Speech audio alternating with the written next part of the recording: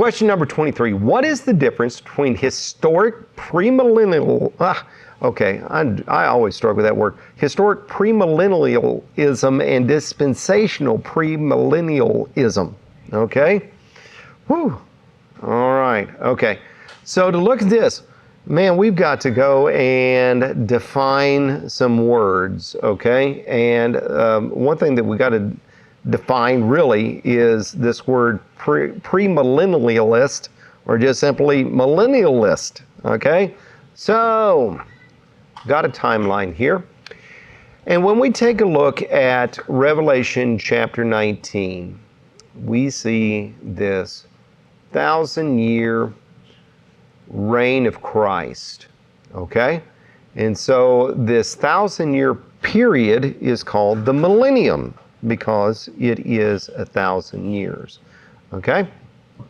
So, where people stand on how they view this millennium depends on their view of when Jesus comes back, okay? Because we've got premillennialists. Premillennialist is going to believe that Jesus is going to come back at the beginning of this 1,000 years, and this is going to be the mark of Jesus's literal kingdom on earth. We also have postmillennialists. Postmillennialists think that Jesus is going to come back at the end of the 1,000 years, and that it does not mark Jesus's reign on earth, but instead, Revelation chapter 19 just needs to be taken figuratively, to where Jesus is figuratively reigning here on earth, okay?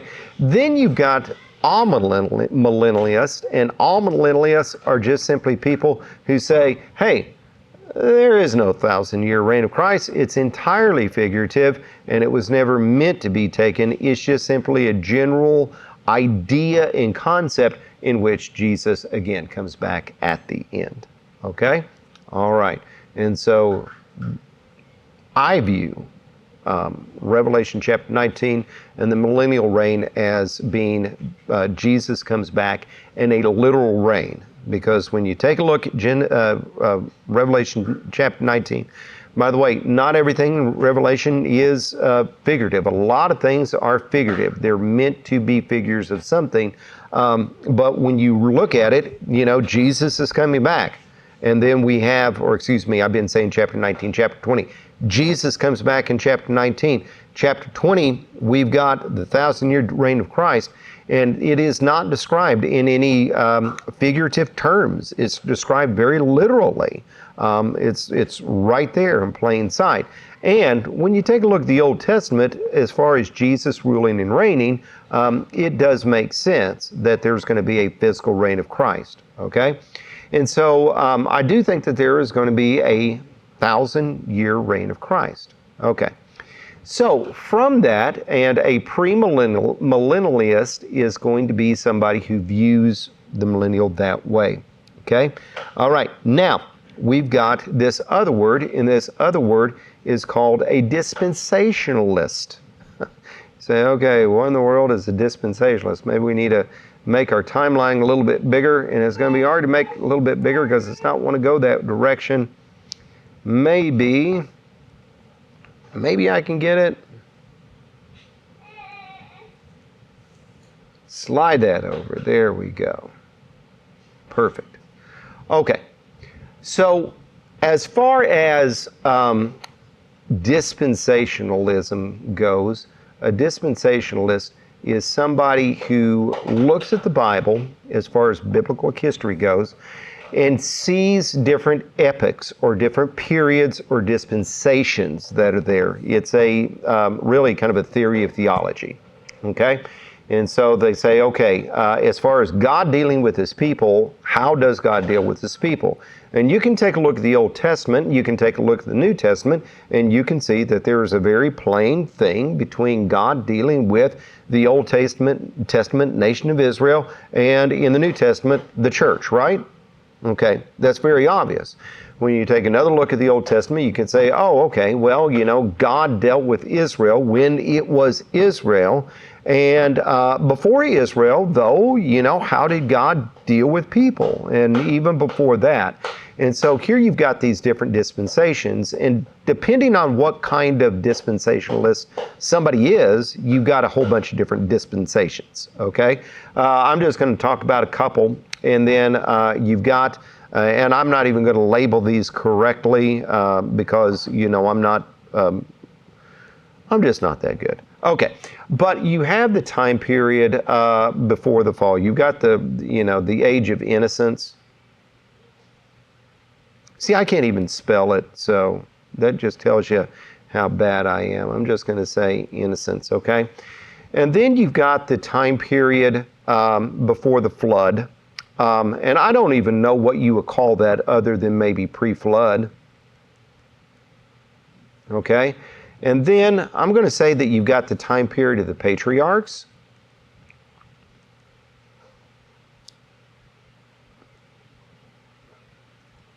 I'm just going to abbreviate PAT, okay? There we go.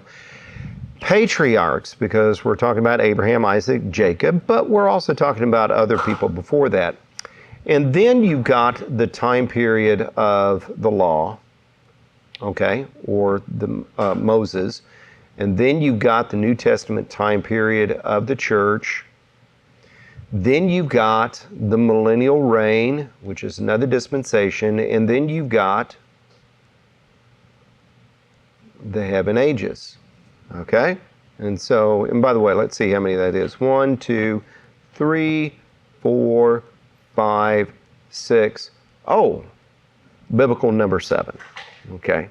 Can't you see that, when you look at this, and by the way, you've got dispensational theology and then you've got covenant theology, which I'm not going to say are opposing ideas, but they're competing ideas for each other. And both of these two different ideas have to do with really taking the Bible and trying to synthesize the Bible and come up with a meaning of it so we can say, yeah, we've got it. The reason why I don't really put a whole lot of stock into this is because I don't know that you can really do that with the Bible. You've heard me say a lot of times, you're too busy looking at the trees, you can't see the forest. Well, this is, you're so busy looking at the forest and seeing the bigger picture of the forest, you don't appreciate the fact that the forest is made of trees. I don't know that the Bible can be synthesized into one easy thing because I don't know that God works that way. And so I'd rather just simply say, okay, well, let's take the Bible for what it means and let's understand the Bible, because when you take a look at the Bible, you can see that, yeah, there are different ages, and so that sometimes makes sense. But if you go to town on it and you start to really base a whole level of theology on it, then all of a sudden, well, wait a minute, we got some problems. Same way, and I'm not really going to talk about covenant theology, but the same way with covenant theology is with covenant theology, yeah, there's covenants in the Bible. I mean, it's very obvious, right? And those covenants are very important and mean things and so on and so forth. But to take it and start to say, okay, this is how the bigger picture goes, and especially in regards to end time events, again, I start to see we have problems there, okay? But we're not talking about covenant theology. We're talking about dispensational theology and how it impacts millennialism, specifically premillennialism. Okay, and so all of this has to do with the idea about what and how God deals with mankind, specifically his people. And so premillennial dispensationalism or dispensational premillennialism is going to say God dealt with Israel one way and he deals with people in the church age a separate way, okay? And so when we zoom on in and we get to right when Jesus comes back, which is the tribulation period, premillennial dispensationalist is going to say the tribulation is for Israel, not the church, because God is now dealing with Israel again. And so for that, they're going to say the church is going to be raptured out to return with Christ and I'll take that back right there, come back with Christ at the beginning of the 1,000-year reign. Okay? Now, I can see that maybe the tribulation period, the rapture, is going to happen at the very beginning of the tribulation period. You can take a look, and we did. We looked at 1 Corinthians chapter 4 and chapter 5, and was like, yeah, we're not destined to wrath. And so, verses like that really is kind of an encouragement to me, thinking, hey, maybe we don't have to go through any of the tribulation period.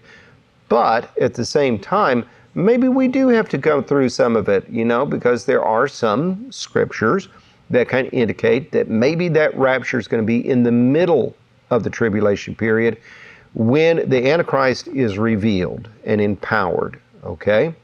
All right? Some people think that it's even going to be even beyond that. There's a theory called pre-wrath, which means that that we're going to be raptured out before the bowls of wrath are poured out on mankind, okay? Any of those three really can fall under premillennial dispensationalists or dispensational premillennialism, because it's all looking at the tribulation happening before Jesus returns and before the 1,000-year reign, okay? All right, so we got that, but the question involves versus historic premillennialism. Okay, historic premillennialism is just simply, historically, how did early Christians view it? And early Christians really didn't view the fact of the rapture and the tribulation period and all that. They just kind of viewed that Jesus was there was going to be a tribulation period, there's going to be the Antichrist, then Jesus was going to come back, and then there was going to be the 1,000-year reign of Christ. And that the rapture really happened right there when Jesus comes back, okay? I mean, that's how people in the early centuries viewed it. And going back and kind of looking at the way that people viewed it back then, it kind of makes sense how they viewed it, because at that time, there is no Israel. There is no nation of Israel. There is no possibility of there being a temple, because all of that was destroyed, and Jews were scattered, and there isn't any of that. But along the 1800s, where people started talking about going and resettling Israel, and Zionism was a movement, and then people actually started to do it, then people started to say, hey, maybe there is going to be a time where God is going to recognize the nation of Israel in the land of Israel. And so they started to come up with, hey, how does that affect end-time events, right? And then all of a sudden in 1945, when Israel became a country, then all of a sudden it's like, wait a minute, this is a fulfillment of prophecy, which actually I believe is. And so, you can see how we can believe this now. Earlier Christians, they wouldn't have had a clue about it, because they didn't really know what to do with the nation of Israel. Okay? All right, I don't even know how I answered that, or if I even answered that question to you or not, but I probably gave you a lot of things to be confused about. Did that clear things up?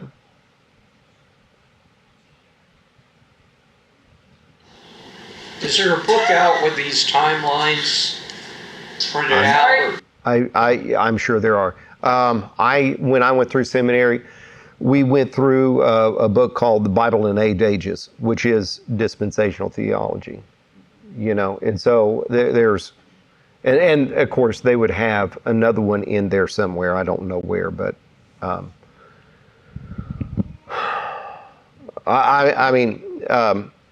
Ben, there is plenty of things out there. If you want to jump into it. I happened to see something like this on TV one night, and I was wondering, if there was some kind of book you could buy, and there are books you can buy. As a reference to. If you could spell it. If you can say it. Yeah, you gotta be able to say it. Got to be able to say it, spell it. So, no, there are. I know that there's books out there. There are. I mean, these are not minor competing theological views. I mean, these are major theological views that go back and date back to the 1600s. And there are volumes that are written on them. And so, me talking about it for a few minutes,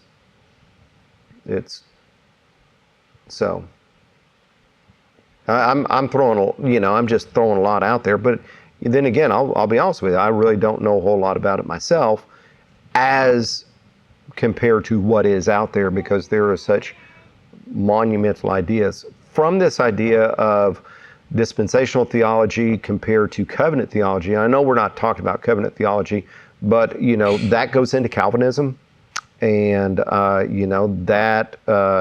going to be churches that say, yeah, we're into covenant theology, based on we believe in Calvinism because really God's covenant with His people. This is the Baptist?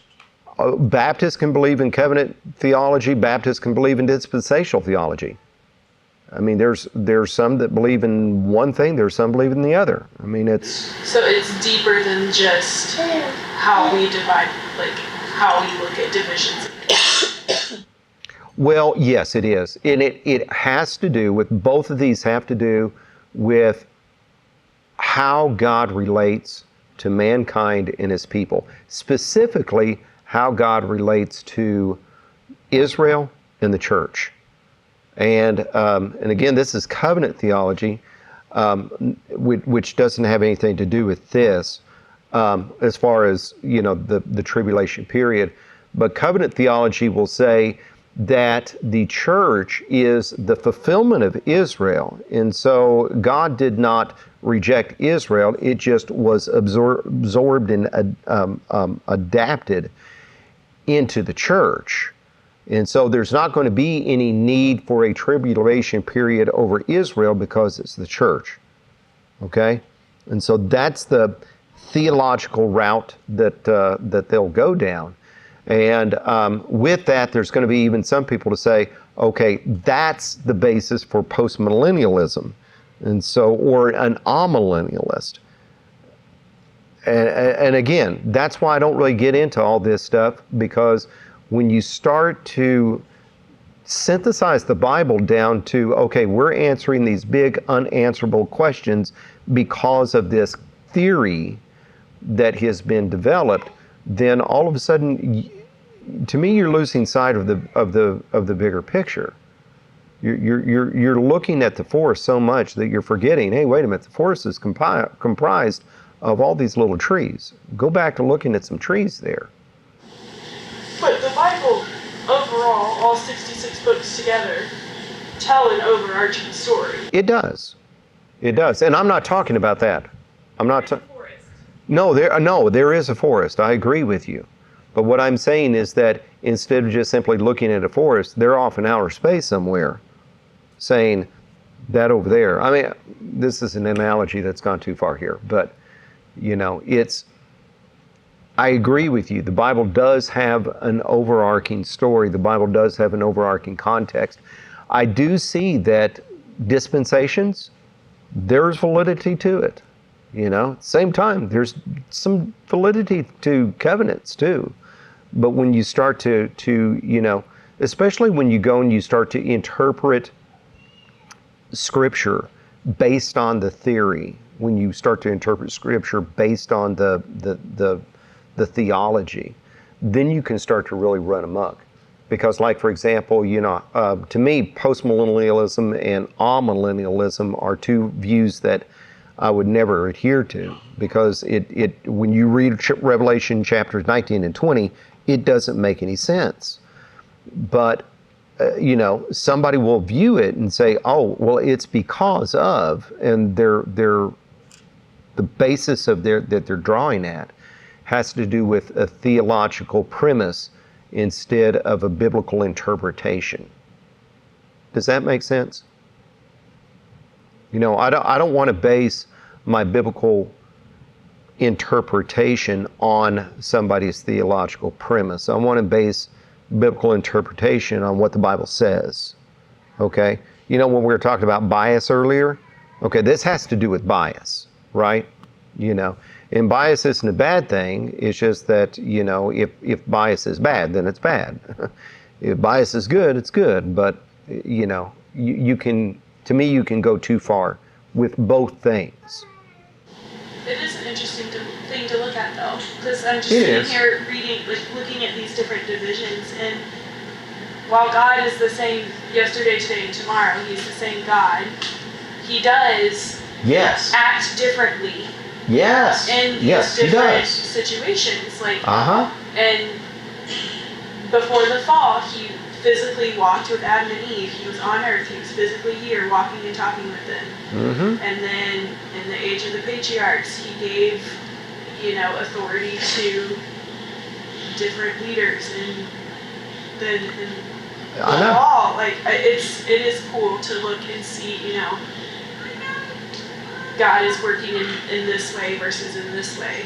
Yeah, and if you want to know some Steveology, here's some Steveology, okay? Steveology is, okay, well, why is it that God has this 1,000-year reign where the devil is chained and, God is with his people physically in Jerusalem ruling and reigning, but there's lost people there? Steveology is going to say, oh, well, God has these different dispensations, periods, in which he is dealing with man. And in this dispensation, this age, God is there. He has taken Satan out of the way. He has allowed lost people to be right there, to freely accept him or reject him. And he does it so that when we get over here, it's like, why is it that God is justified for the great white throne judgment and casting people into the lake of fire forever and ever for rejecting him? But somebody's going to have but wait a minute, if only, right? If only we had this, or if only we had that. If only we didn't have Satan present, then we would have all accepted him. Nope. Satan's not there.